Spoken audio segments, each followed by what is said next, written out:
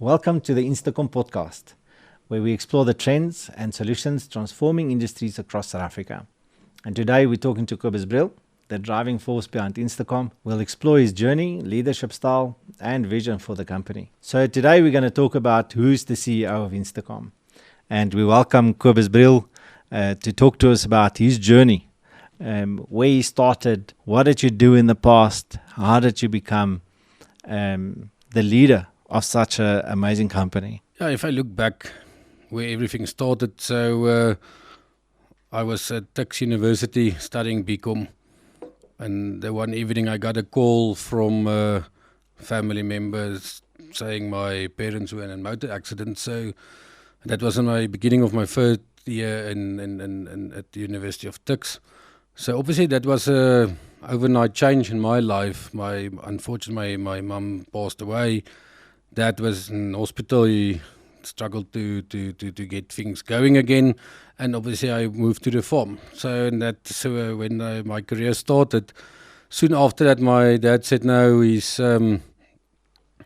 got his innings, and myself and Johan need to take over the farming businesses in Limpopo and Northern Cape. And after a long struggle, obviously I get the banks to assist me buying the farms.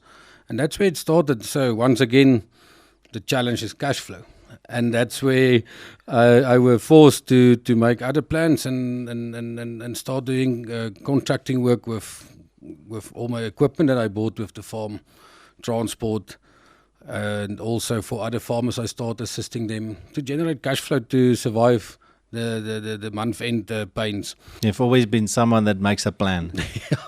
I think that forced me to accelerate making plans, but also a good thing because, like I said before, the challenge in business is always how you grow, how you maintain, and how you keep things together. So I was always, as I have this voice in me, I think I would like to do some business. And with the challenges in the farming industry as a business, it's not easy. I've got a lot of respect to all the farmers out there with all the elements of nature that you need to manage, all the challenges on the farm and what's going, all the things that's going with that. So there was a stage and I sold my farms and started various businesses, become a silent partner in some businesses. And then I've got this call from Johan, said no, he invested in this business and he's looking for people in Gauteng. And that's when I found you and I said, no, we need a salesperson. And that's where everything started. And yeah, actually it was leading up to Instacom. I've got less involved in the other businesses and basically focus. And I believe if you got too many things happening, you lose focus and you lose your drive in that business. So it actually played out automatically to focus on Instacom and the challenges we had, but also the opportunity that I believed in we can create. That's what that actually made the decision, and yeah, that's where it started. So Johan and Nellis on that stage sent us some POC devices.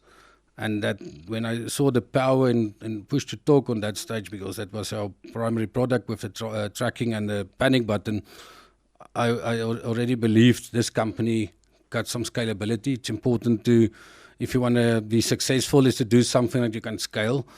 I saw the potential and the world was open for us to start doing business. No. And looking back, it's a big jump from being a farmer to a tech company. How did you manage that transition? Because obviously you're going to work with a lot of people on the farm as well as in this business, although Instacom didn't have a lot of people in the beginning. But I'm sure, working on a farm, there's similar challenges that you'll deal with. Give us a little bit of transition from farming to the technology business. Yeah, I had this question many times in the past. Everyone is working hard to own a farm one day. You had farms and you sold them to become a business owner. So it's a very good question, but like you touched on now, if you look at the farming industry or farming business, you need to do your own marketing. You need to do your own HR. You need to do your own procurement. So that's why I say I've got a lot of respect for all the farmers, because you don't have the the cash flow or the opportunity and luxury of having a team of people doing everything. Most farmers have maybe one lady in the office and the rest they do themselves. So I believe a farmer is especially the ones that survive, is strong businessman. And obviously dealing with all that aspects of business on the farm obviously assist me in coming into business. But I also, since I can remember, have a love for doing business, creating deals, fixing stuff. And that assists me big time in starting up Instacom. But yeah, it's a big move. It's two worlds apart once again. But if you stay focused and you believe in what you want to achieve, you will make it happen and you will learn. The luxury we have now is we've got the best people in finance, in tech, in R&D, product developers. So I don't need to be the most clever person in the business. We hire the best people we can, and they make me look good. And I think that was the advantage. But in the beginning, it was tough because we needed to do everything ourselves, and that was a bit of a challenge, especially on the technology side. We were running a tech company, but not one of the original startup team who were highly tech skilled. So that was a challenge, but we fixed it. Luckily, we bought a company and we brought Wayne on board, our CTO, and that fixed a lot of stuff for us on that stage. But yeah, it's a big move. But I'm the type of person, if I put my head on something, I just go. And you need to fix it. You need to resolve your challenges, and you need to be open-minded what to do and not to do, and when to do what. Yeah, I think also if you look at individuals that become entrepreneurs or business owners in a farming perspective, I think there's a certain DNA that runs in your veins. And I remember when we came to visit you on the farm, before we even had Instacom together, it's up early and it's, I almost want to say never go to bed, because it's a 24/7 operation. You can't have a 24/7 support line on the farm that deals with pumps that breaks or any of these type of things. And there was a specific chair. Tell us a little bit about the chair. Yeah, it's a family chair. So, like you said, farmers working really long hours. So, after 10 at 11 at night, when you check all the pumps and the center pivots, if they're still running and everything goes well, if you go and sit there, you can even sometimes wake up in the chair the next morning, 5 o'clock, because you need to be ready to go again. So, yeah, in the farming industry, it's long hours, a lot of commitment. You work outside in the sun, and it's not always fun compared to now. We're sitting in boardrooms with air cons, and I hear this a lot from all my friends. Is, we're really working on this side, so we try our best too. But it's a different world and environment. But I believe almost most of the farmers that's out there today will create a successful business easy, because they're used to all the things that you need to look after in a company. So yeah, managing people, having power naps. Yeah. Do you still have the chair? Yes. No, it's been a while. It's on the asset list. Yeah, no, that's definitely part of the furniture. That was also part of the success, right? Very interesting times. And so maybe a question when you got to Instacom. Between the farm and Instacom, there's been a couple of other businesses that you tried as well, and one of them was retail. Mm-hmm. And if you look at the retail portion of running a business versus a farm or versus Instacom as a company, how different is that? No, it's quite different. Retail is not easy. I think what's important, if you go into that specific sector, you need to have people that's got the knowledge and the experience. We started off well, but we started small. And like who I am is, okay, this is working, let's go big. And so we added more and more shops, and that's where the challenges started.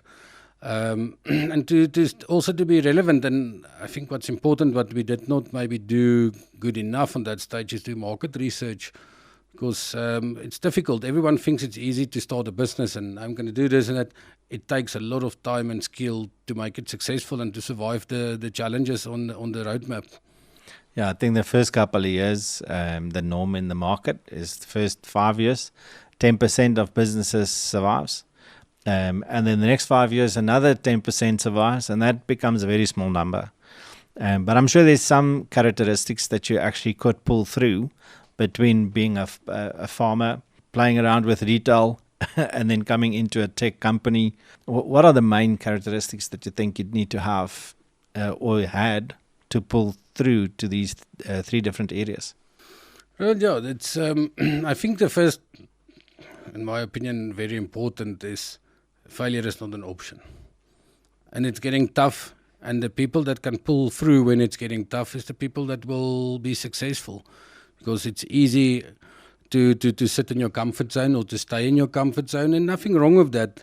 But if you take on a business, and the things that pull you through is never fail. And if you fail fast, get a better plan and move forward and learn from it. I believe a mistake is only a mistake if you learn nothing from it. But if you learn from your mistakes, that's what they call experience. Also, what's important is to surround yourself with positive people. I'm not a person that only want skilled people in a sense, but I like the positive people with the correct attitude. Surrounding yourself with positive people and like-minded people with vision and goals is assisting in moving that through. And then also is to fix things, because almost every time someone walks into my office, there's a problem or there's a challenge. And like Gary Player said, the more you practice, the better you get. So I'm so programmed to have resolutions and to have answers. And if I don't know, I get the right people on a call now or in a meeting now, and we will get the answers soon, and then we will fix it and move on.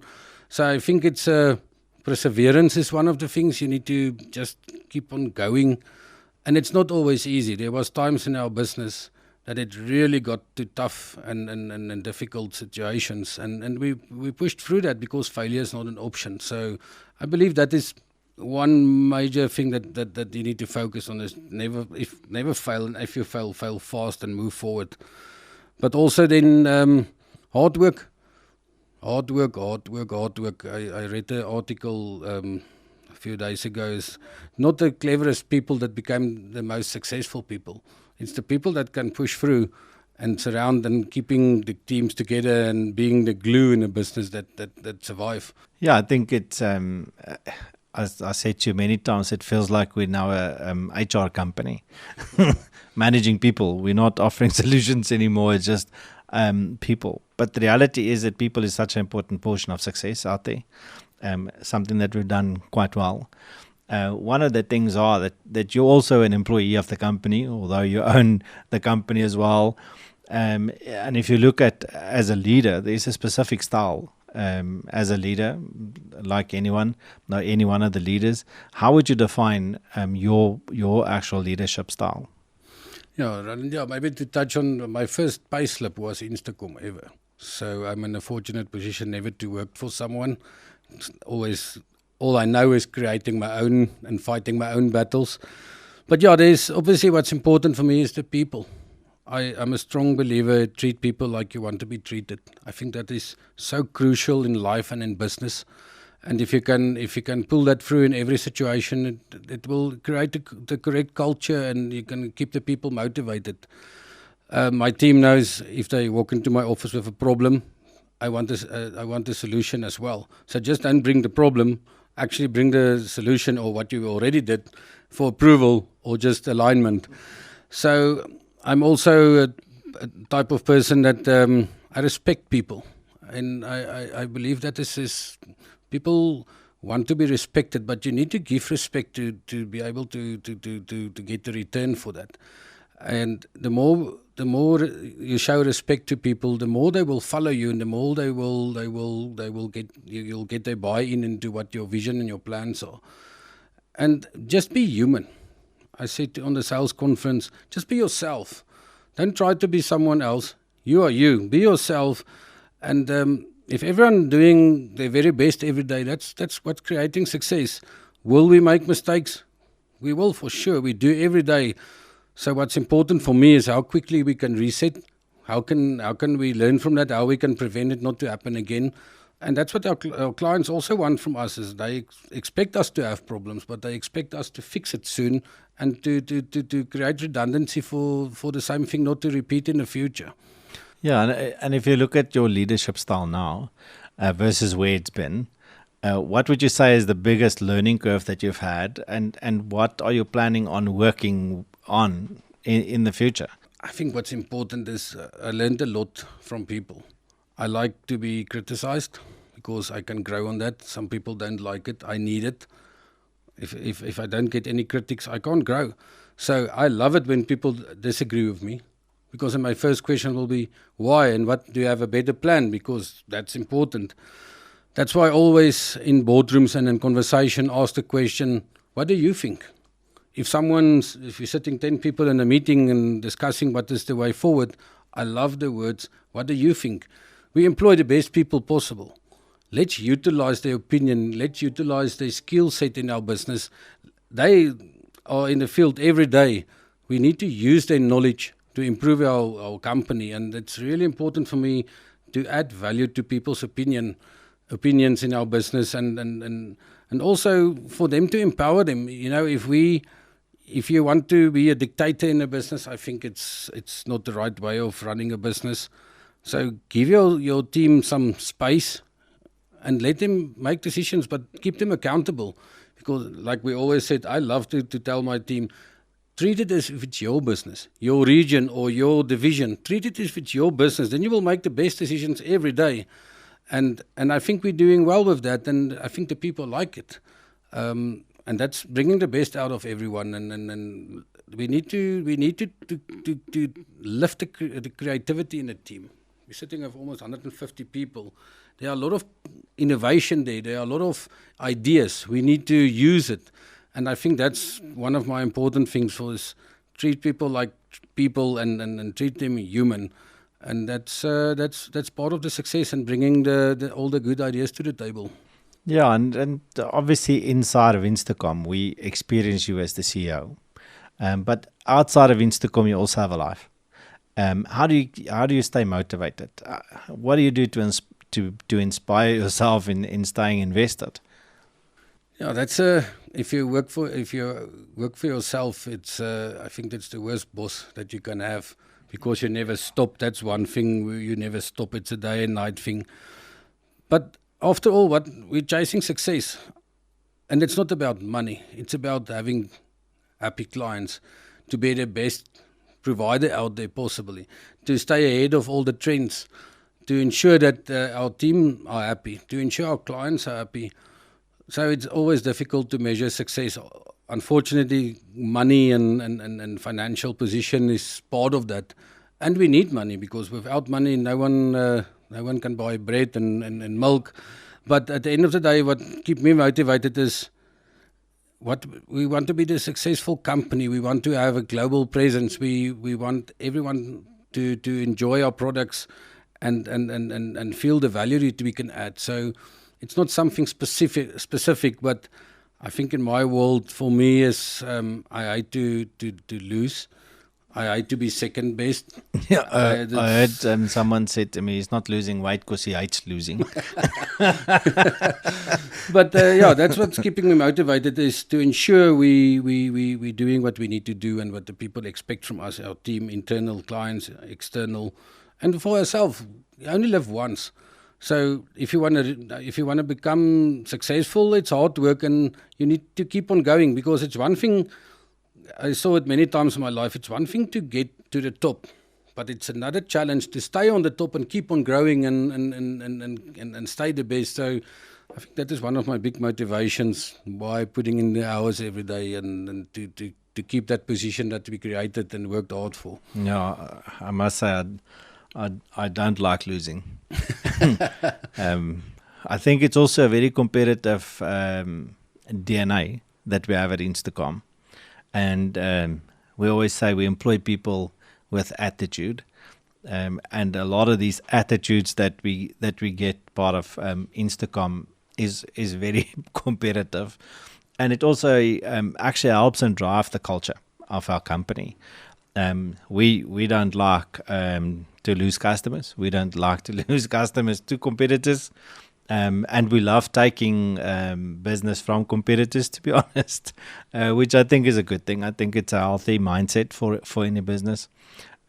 Outside of working hard, leading the team, what do you do to relax? No, I love the outdoors. I like to travel. Sometimes I said, no, I'm working hard to sponsor my lifestyle. So, but if you're working hard, it's difficult to get time.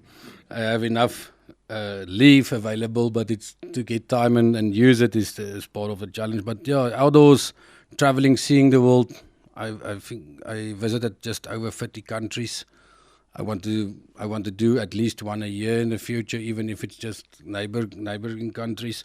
But yeah, it's to experience other cultures, spending time with friends and family, spending time with my son, and getting your head around it. Hunting trips, I'm a big outdoors fan. So yeah, that is.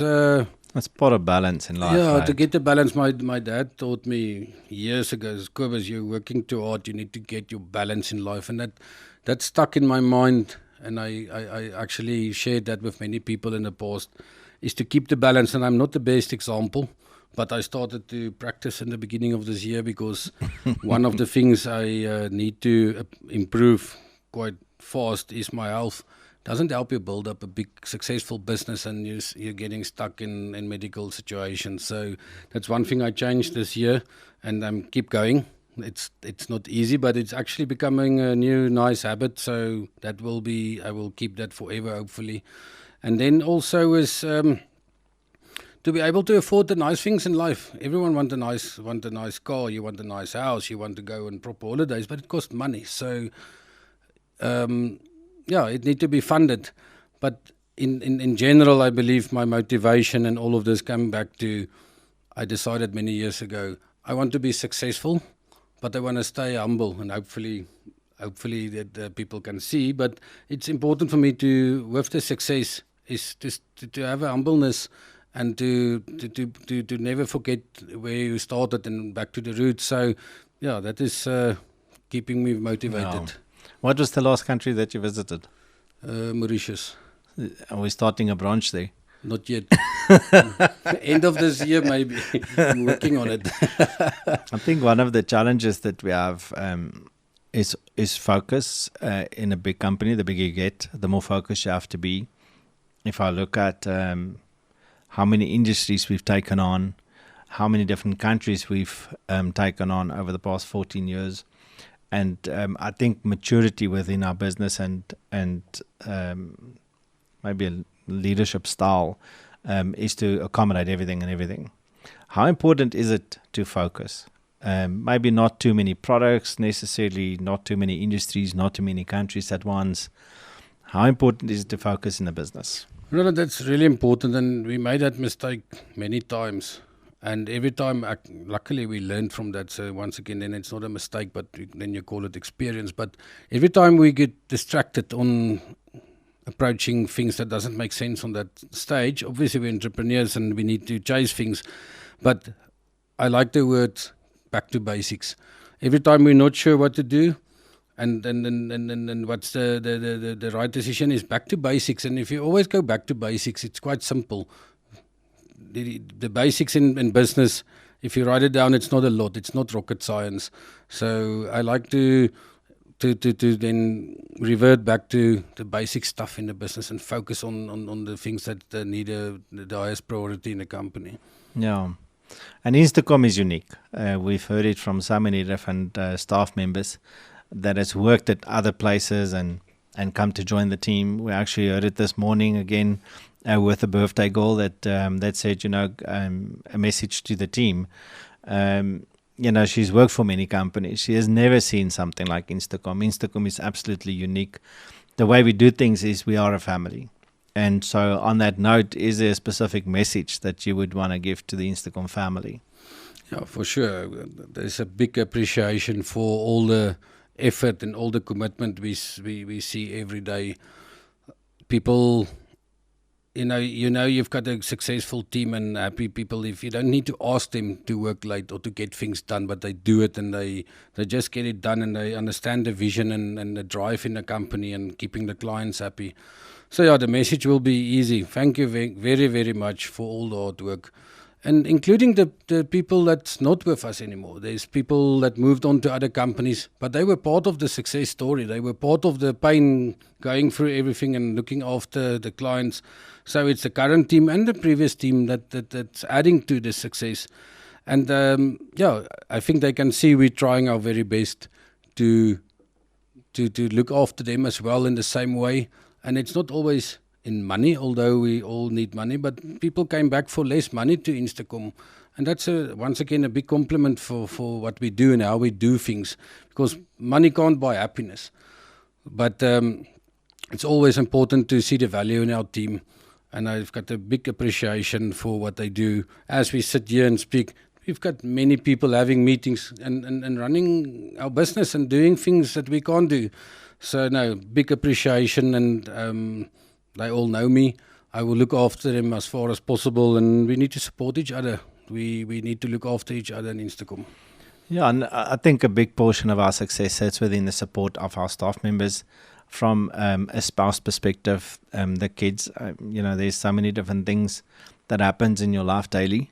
I actually read something over the last couple of weeks that specifically said that the level of your success will be measured by the women you marry.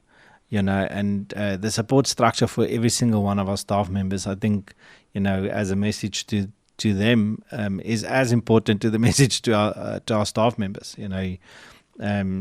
We have an African team, and then when they travel Africa, the spouses are here. If a geyser breaks or a car breaks down, it's important for us to also support whoever is staying behind. And some of these trips are 2 months at a stretch. So I think as an Instacom family, we very focused on supporting each other throughout, not just a physical person working for Instacom. When you have someone working for Instacom, you also become part of Instacom. Kobuss, thank you very much for your time. Really appreciate it for the time that you spent with us today. All the best for the years to come. It's exciting times, 14 years and going. Can't wait to see where we're gonna be 5 years from now. Safe travels. Yeah. And we'll speak to you soon. Roland, thank you very much. Yeah, it's only a pleasure.